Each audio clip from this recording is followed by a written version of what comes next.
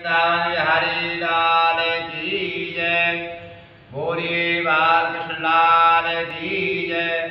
बोलिए काशी मैया की जय।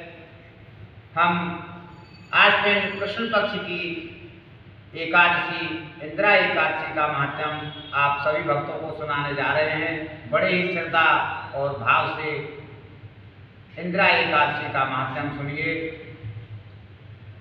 युधिष्ठिर बोले, हे भगवान, अब आप कृपा पूर्वक आश्विन मास की कृष्ण पक्ष की एकादशी की कथा को कहिए।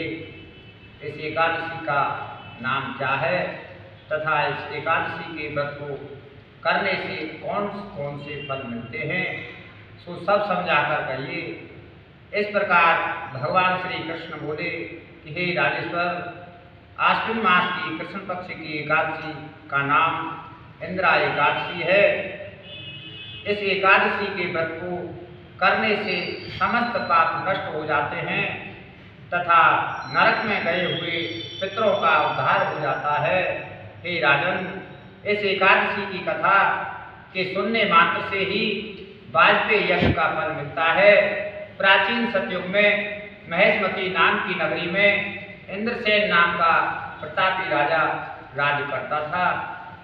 एक समय राजा अपनी राजसभा में सुखपूर्वक बैठा था। महर्षि नारद आकाश मार्ग से उतरकर वहां आए। महर्षि नारद बोले कि हे राजन, आपके राज्य में सब कुशल हैं। मैं आपकी धर्मपरायणता देखकर अत्यंत प्रसन्न हूँ। तब राजा बोला, हे महर्षि, आपकी कृपा से मेरे राज्य में सब कुशल पूर्वक हैं। इस प्रकार नारद जी बोले कि हे राजन, मुझे एक महान आश्चर्य हो रहा है कि एक समय जब मैं ब्रह्मलोक से यमलोक को गया था तो उस जगह यमराज की सभा के मध्य में मैंने तुम्हारे पिताजी को बैठे देखा था।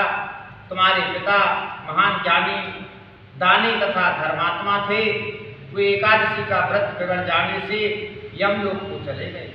तुम्हारे पिता ने मुझसे तुम्हारे लिए एक समाचार भेजा है कि यदि मेरा पुत्र इंद्रसेन आश्विन मास के कृष्ण पक्ष की इंदिरा एकादशी का व्रत करे और उस व्रत का फल मुझे दे तो मेरी मुक्ति हो जाएगी और इस लोक में छूटकर मैं स्वर्ग लोक में वास करूंगा।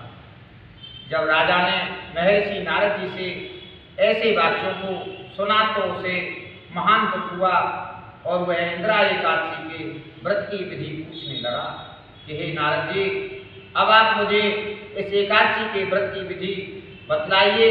इस पर नारद जी बोले कि हे राजन, आश्विन मास की कृष्ण पक्ष की दशमी के दिन प्रातःकाल स्नान करके श्रद्धा के सहित करना चाहिए। इसके पश्चात दोपहर को भी स्नान करना चाहिए। समय जल से निकलकर श्रद्धापूर्वक पितरों का श्राद्ध करे और उस दिन एक समय भोजन करे और रात्रि को पृथ्वी पर शयन करे। इससे दूसरे दिन अर्थात एकादशी के दिन प्रातःकाल दातुन करे और स्नान करे। इसके पश्चात भक्ति पूर्वक व्रत को धारण करे और यह कहे कि मैं आज निराहार रहूँगा और समस्त भोगों को त्याग दूंगा। इसके पश्चात कल भोजन करूंगा। हे भगवान, आप मेरी रक्षा करने वाले हैं, आप मेरे व्रत को निभाइए। इस प्रकार आचरण करके दोपहर को शालिग्राम भगवान की मूर्ति का भोग लगावे। भोजन में से कुछ हिस्से को गौ को दे दे और विष्णु भगवान की धूप दीप नैवेद्य आदि से पूजा करे और रात्रि को जागरण करे।